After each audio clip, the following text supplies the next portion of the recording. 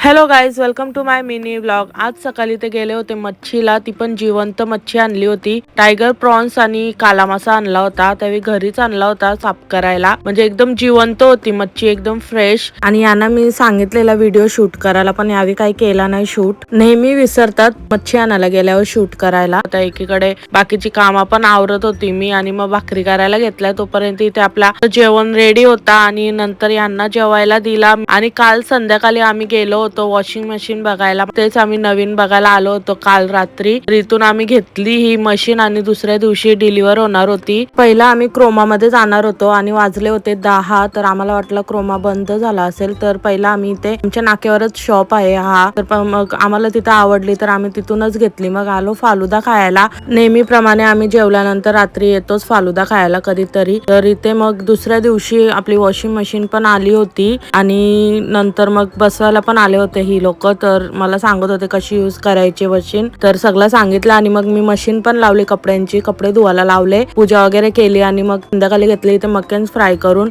आणि इथे मी कपडे पण धुवायला लावले होते। तर चला भेटू नेक्स्ट व्हिडिओ मध्ये, तोपर्यंत फॉलो करा, बाय।